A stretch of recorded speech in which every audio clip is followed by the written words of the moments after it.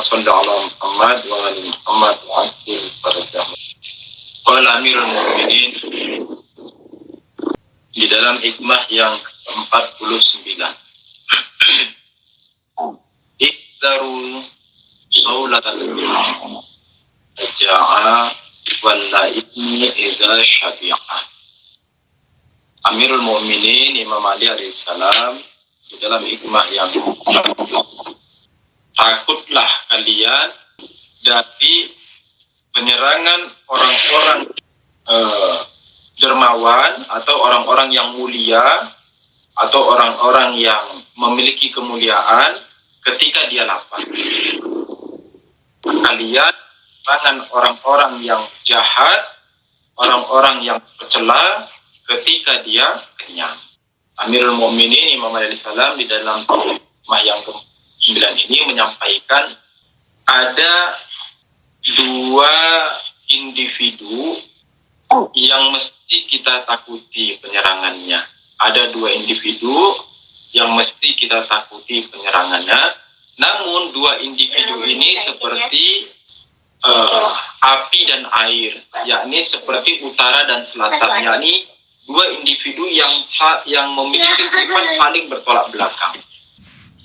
Allahumma sholli ala Muhammad wa ali Muhammad wa ajil barakatuh. Amirul Mukminin Imam Ali alaihissalam di dalam hikmah yang ke-49 ini menyampaikan kepada kita dua individu yang harus ditakuti, di mana dua individu ini memiliki sifat yang saling bertolak belakang satu dengan lainnya. Individu yang pertama adalah individu yang memiliki sifat mulia, individu yang memiliki kedermawanan, individu yang memiliki kemuliaan, individu yang dia baik orangnya dan juga tulus orangnya. Nah, ini individu yang pertama. Individu yang kedua adalah individu yang tercela, yang jahat, yang zalim, yang buruk kelakuannya dan buruk juga akhlaknya. Nah, ini individu yang kedua. Dikatakan, takutlah kita kepada individu yang pertama. Takutlah kita terhadap penyerangannya si individu yang pertama. Ini yang pertama. Dikatakan, takutlah kalian ihdaru, takutlah kalian saulatal karim, penyerangan dari orang-orang yang mulia, penyerangan orang-orang yang baik. Jadi ketika orang itu baik, hati-hati dengan penyerangannya. Tapi kapan kita harus berhati-hati dengan penyerangannya? Dikatakan idza jaa, yakni ketika dia lapar. Artinya ketika orang itu orang baik, ketika orang itu orang mulia, ketika orang itu orang yang memiliki kemuliaan, yang baik akhlaknya, yang mulia perilakunya, maka ketika dia lapar, hati-hati dia menyerang kita. Ketika dia lapar, hati-hati terhadap penyerangannya kepada kita. Maknanya apa? Nanti kita akan bahas. Ini yang pertama, penggalan pertama. Penggalan yang kedua, dikatakan, dan berhati-hati pula lah kita kepada penyerangan orang yang jahat, yang zalim, yang buruk akhlaknya, buruk kelakuannya, ketika dia kenyang. Ketika dia kenyang. Maksudnya apa? Yakni ketika lapar dan ketika kenyang ini maksudnya apa? Maksudnya orang baik ini, yakni si Karim tadi ini, orang baik, orang yang mulia, orang yang akhlak dan perilakunya mulia, ketika dia lapar bermakna ketika dia dizalimi. Ketika dia lapar itu bermakna ketika dia sedang dipaksa, ketika dia sedang disiksa, ketika dia sedang diambil haknya. Ini maksudnya. Artinya apa? Artinya takutlah kalian dari serangan orang yang mulia, orang yang baik, orang yang akhlaknya bagus. Kapan? Ketika dia tersiksa, ketika dia terzalimi, atau ketika dia terjorok atau terprosok, yakni tersudutkan. hati-hati terhadap orang seperti ini. Yani ketika seseorang memiliki kedermawanan, ketika seseorang memiliki jiwa yang mulia, ketika orang itu orang yang berakhlak baik, namun ketika dia dizalimi, ketika haknya dirampas, ketika dia tersudutkan, maka dia akan melawan. Dan ketika dia melawan, maka dia akan membawa ribuan orang bersamanya.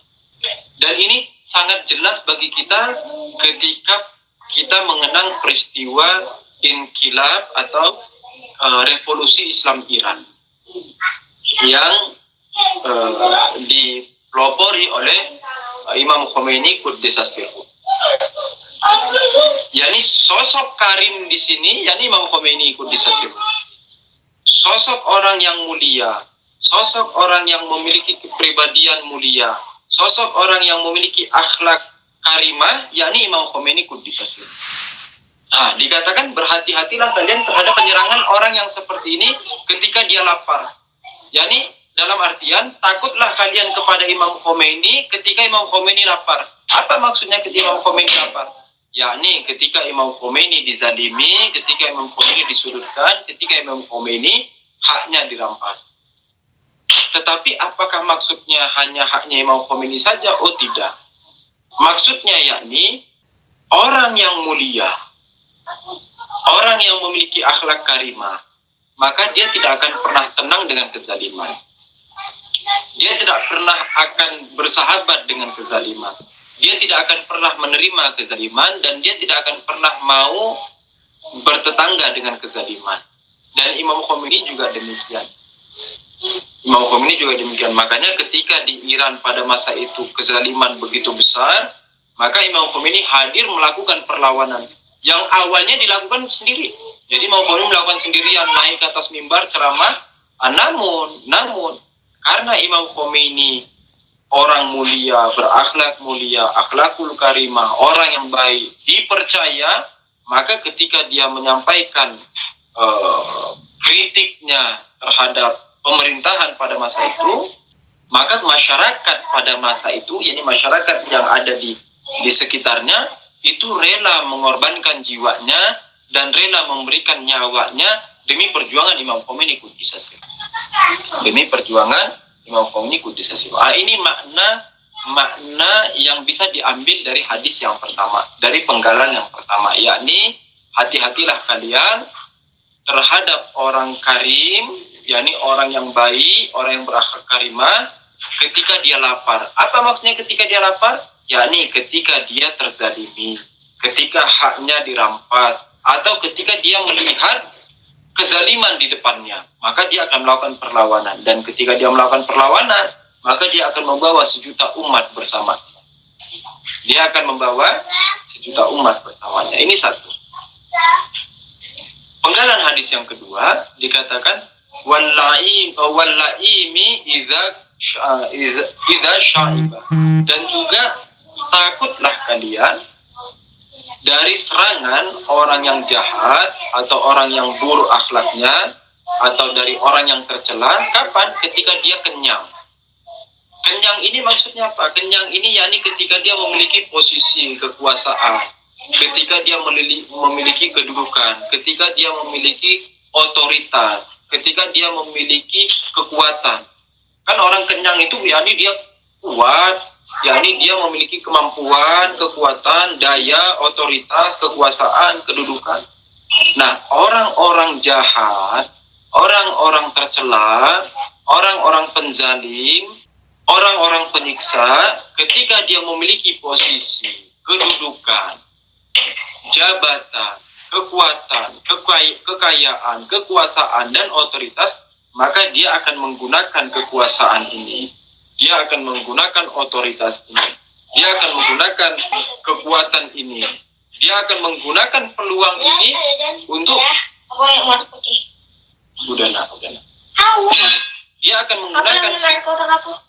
Dia akan menggunakan semua ini sebagai wasilah, sebagai jalan untuk menyiksa orang lain. Dia akan menggunakan kekuasaannya untuk menzalimi orang lain. Dia akan menggunakan kekuasaannya untuk mengambil dan merampas hak orang lain. yang semestinya kekuatan itu, kekuasaan itu, kedudukan itu semestinya digunakan dalam khidmat di jalan Tuhan. Semestinya digunakan untuk membela orang yang lemah. Nah, semestinya kekuatan, kekuasaan, daya, sekali lagi apa? Jadi semestinya kekuatan, kekuasaan, otoritas, kedudukan, atau peluang semestinya itu digunakan dalam khidmat di jalan Tuhan. Semestinya kekuatan kita digunakan untuk membela orang lemah. Semestinya kekayaan kita digunakan untuk membantu fakir miskin. Semestinya kekuasaan kita digunakan untuk menyetarakan keadilan. Semestinya otoritas kita itu digunakan untuk menyebarkan kebajikan, menyebarkan kebaikan. Kan semestinya demikian. Iya kan? Semestinya demikian. Tetapi ketika semua ini peluang, otoritas, kekuatan, kekayaan, daya dan sebagainya ini dipegang dan dikuasai dan dikendalikan oleh orang jahat atau orang zalim atau orang yang tercela, maka ini akan dijadikan sebagai cambuk baginya untuk menyiksa orang lain, atau dia akan menjadikannya sebagai pedang untuk memenggal kepala orang-orang baik, atau ini akan dijadikan sebagai bulldozer untuk membajak sawah-sawah orang-orang fakir. Demikian. Dan banyak kalau kita perhatikan kejadian saat ini, yakni hadis Amirul Mukminin Imam Ali Salam ini betul-betul saat ini terjadi. Contoh misalnya Amerika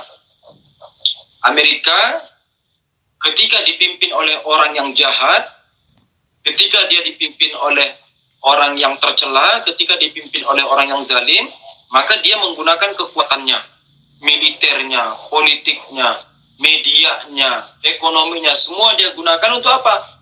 Untuk menjadikan Indonesia sebagai negara jajahan. Sekalipun Indonesia mengatakan kita sudah merdeka 70 sekian tahun, kita sudah merdeka dari sisi ekonomi, kita sudah merdeka dari sisi politik, kita sudah merdeka dari sisi berita dan sebagainya. Tetapi kalaulah kita boleh jujur, kalaulah kita boleh lebih teliti lagi, sesungguhnya kita belum merdeka sebagaimana yang kita harapkan. Buktinya apa?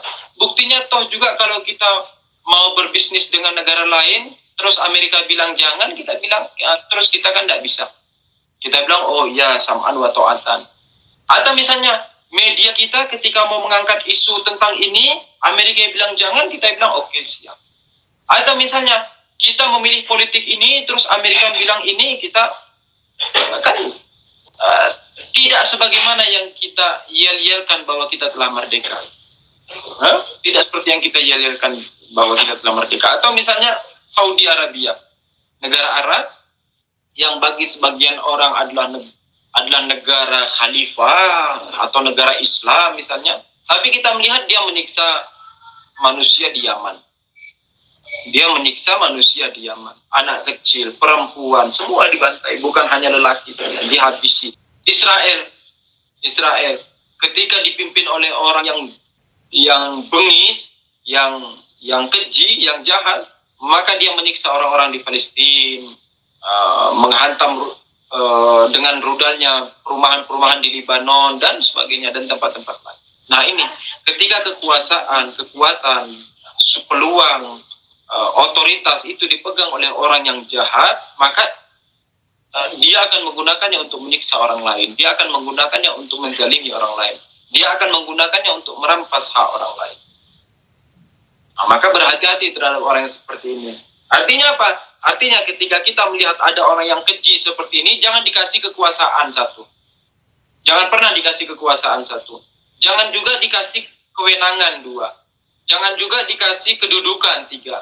Jangan juga dikasih otoritas 4. Jangan juga dikasih peluang kekayaan 5. Kenapa? Karena kalau dia memiliki itu, dia akan menggunakannya untuk menghabisi orang lain. Dia akan menggunakannya untuk menyiksa orang lain. Dia akan menggunakannya untuk merampas hak orang lain. Dia akan menggunakan hal-hal tersebut. Dan akibatnya apa? Akibatnya, dan ini betul-betul terjadi. Dan akibatnya apa?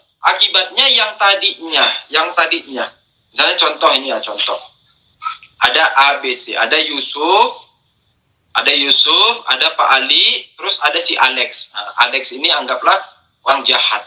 Ada Yusuf, ada Pak Ali, ada si Alex. Si Alex ini orang jahat. Yusuf ngasih kesempatan. Nah, ini. Yusuf ngasih kesempatan kepada si Alex untuk kaya. Di mana si Alex ini orang jahat, orang zalim. Dan Yusuf tahu kalau dia orang jahat, orang zalim. Dikasih kesempatan kaya. Awalnya nanti apa? Awalnya si Alex akan merampas si hartanya Pak Ali. Gimana caranya? Dengan memonopoli dagang. Jadi Pak Ali misalnya dia mau jualan apa? Misalnya Pak Ali mau jualan bakso, terus si Alex datang buat restoran bakso di sebelahnya. Ya orang siapa yang mau datang ke tempatnya Pak Ali? Orang milik ke restoran, terus dibuat harga murah lagi, kan gitu. Udah Pak, akhirnya Pak Alinya bisnisnya hancur. Kenapa? Orang di sebelahnya ada restoran bakso dengan harga lebih murah. Kenapa? Ya karena si Alexnya punya uang banyak. Dia tidak akan merasa rugi dengan membuat hal itu. Hanya untuk menghancurkan si Pak Alinya. Udah, gitu Pak Alinya hancur, nah sekarang Yusufnya bakal dihajar juga. Kenapa? Karena si Yusuf itu memberi kewenangan kekayaan kepada si Alex. Nah, si Alex tahu, oh Yusuf itu dia tidak punya uang. Berarti dia butuh sama saya. Dia bilang, Yusuf, kamu mau kerja sama-sama? Iya, oke. Nah, kau harus lakukan ini, lakukan ini, lakukan ini. Karena kalau tidak, saya tidak ngasih uang ke kamu. Nah, akhirnya si Yusufnya juga hancur. Jadi si Alex ini, dia menggunakan kekayaannya untuk menghabisi si Yusuf dan si Pak Ali. Dan ini juga terjadi, kan? Ini juga terjadi. Contohnya misalnya seperti apa? Misalnya satu negara memberikan kesempatan kepada Amerika. Satu negara memberikan kesempatan kepada Amerika untuk mencampuri urusan rumah tangganya. Seperti Afghanistan memberi kesempatan kepada Amerika untuk masuk ke dalam negaranya dan mencampuri urusan rumah tangga negara tersebut. Atau Irak juga dulu demikian. Dan ketika Amerika sudah masuk, hancur. Amerika masuk, hancur lebur. Yani apa? Yani yang ekonominya dihancurin, yang politiknya dihancurin, yang keamanannya dihancurin, yang semuanya habis, semuanya tidak tersisa. Saling bunuh, membunuh dan sebagainya. Dan tidak ada yang tersisa. Nah, kenapa? Karena kita memberi peluang kepada orang yang keji untuk memiliki posisi atau kedudukan atau otoritas atau kekayaan atau kekuasaan. Makanya orang-orang seperti ini tidak boleh dikasih posisi. Kalau bisa dia dikerangkeng, kalau bisa dia dikurung atau disekap sehingga dia tidak punya ruang gerak. Kenapa? Karena kapan dia punya ruang gerak akan melibas semua. Namun beda sama orang karim. Beda orang karim yang memiliki akhlak mulia, yang memiliki akhlakul karimah itu beda. Jadi ketika dia lapar, dia tidak akan menyerang kita, enggak. Melainkan apa yang dilakukan? Dia akan membagi rotinya kepada kita. Ketika dia punya satu nasi bungkus, terus di depannya lapar, dia akan membagi setengahnya. Ini setengah untukmu, ini setengah punyaku, kita makan bareng. Ketika dia melihat orang misalnya tidak punya dan dia punya, dia akan dengan sumringah dan dengan senang dia akan membagi miliknya ke orang tersebut. Ketika dia kenyang.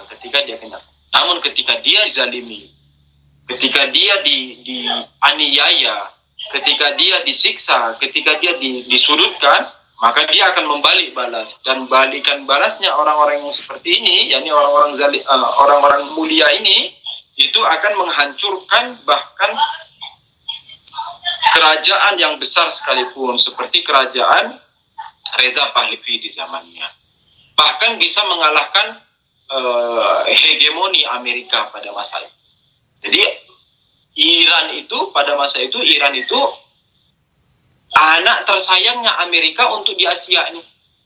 Jadi kalau Amerika mau punya urusan apa-apa, anak tercintanya ya Iran ini sudah. Dan Iran itu pada masa itu, Iran ini salah satu negara dari 5 negara. Salah satu dari 5 negara yang memiliki kekuatan tempur udara terbaik di dunia. Iran salah satunya. Dan semuanya itu subsidi di Amerika. Semuanya subsidi dari Amerika. Semuanya subsidi. Namun ketika Imam Khomeini bisa siruh naik, lalu membalik balas si Reza Pahlavi dan membuang dia keluar, Iran satu lawan semua. Iran satu lawan semua. Ya ini tidak ada teman. Kenapa? Karena semua negara yang lain itu tunduk sama Amerika. Amerika bilang ini samaan wa ta'atan. Iran bilang enggak. Satu lawan semua. Padahal sebenarnya Iran itu perangnya sama Amerika doang. Tapi karena Amerika itu adalah perwakilan dari seluruh negara, maka artinya Iran lawan semua negara pada waktu itu. Akhirnya sudah yang diembargo lah, yang inilah, yang itu. Tapi akhirnya apa? Hasilnya apa? Keluarannya apa? Keluarannya, hasilnya kita melihat pada hari ini Iran merupakan salah satu negara yang paling maju di dunia.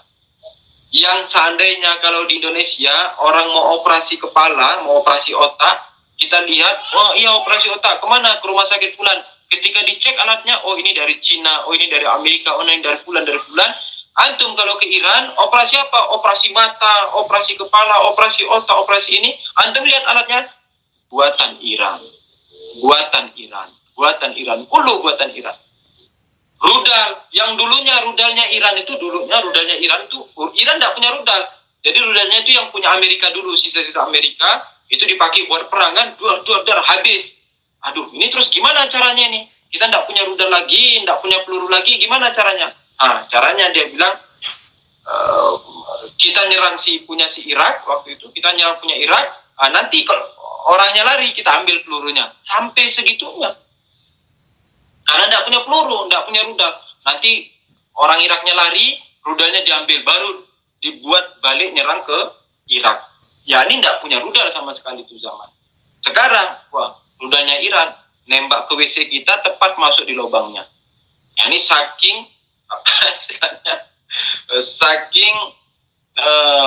apa sih istilahnya itu, presisi. Ya ini saking tepatnya. Saking tepatnya tembakannya itu, kalau nembak WC, tepat masuk di lubangnya. Kan lubang WC itu kecil, bakal masuk di lubangnya itu. Saking tepatnya istilahnya, apa kita bilang hiperbolis. Kan enggak apa-apa kan hiperbolis. Nah itu, jadi hati-hati terhadap dua hal ini. Hati-hati terhadap dua hal ini. Dan satu hal, bahwa di dalam Islam ada dua pembagian hukum. Di dalam Islam ada dua pembagian. Ada yang namanya hukum taklifi dan ada yang namanya hukum wad'i. Hukum taklifi itu apa? Hukum taklifi itu adalah hukum-hukum yang dia bernilai wajib, haram, terus makruh, mustahab dan mubah. Ini disebut hukum taklifi. Ini bagian yang pertama. Bagian yang kedua apa? Bagian yang kedua hukum-hukum wad'i. Apa itu hukum wad'i? Hukum wad'i itu hukum-hukum yang dia sahih, tidak sahih. Seperti misalnya ini sholat saya benar atau tidak benar? Itu disebut hukum wad'i. Bukan kewajiban sholatnya, bukan. Tapi cara sholatnya benar atau tidak benar? Itu hukum wad'i. Atau misalnya, ini kalau saya belanja ijab kabulnya begini, atau nikah, saya nikah ijab kabulnya gini, itu benar atau salah? Itu istilahnya hukum wad'i. Dari hukum-hukum ini, dari hukum-hukum Islam ini, yang taklifi ini disebut dengan bab muamalah, bab ibadah. Jadi ada bab ibadah, ada bab muamalah. Ada bab ibadah, ada bab muamalah. Bab ibadah ini yakni berhubungan dengan wajib, haram, mustahab, makruh dan mubah. Ini bab ibadah.